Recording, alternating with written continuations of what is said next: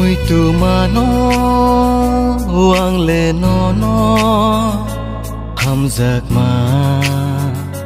phơ rừng mà nó mùi tu mà nó hoang lệ nó hầm giặc mà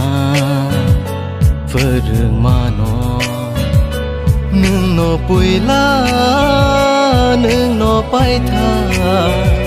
nương nó bùi lá nương nó bay tha ani ham giấc mà ani ham giấc mà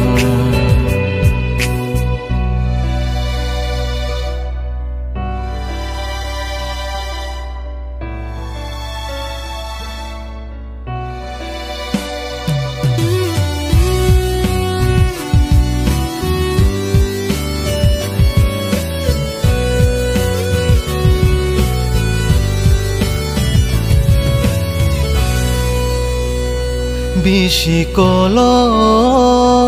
lai thangka nương bayani ham giấc mà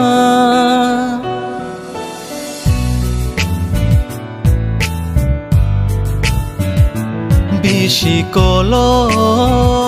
lai thangka nương bayani ham giấc mà ta buộc bia cứ mãi thang cả nương nó có gương má nó có gương má nó có gương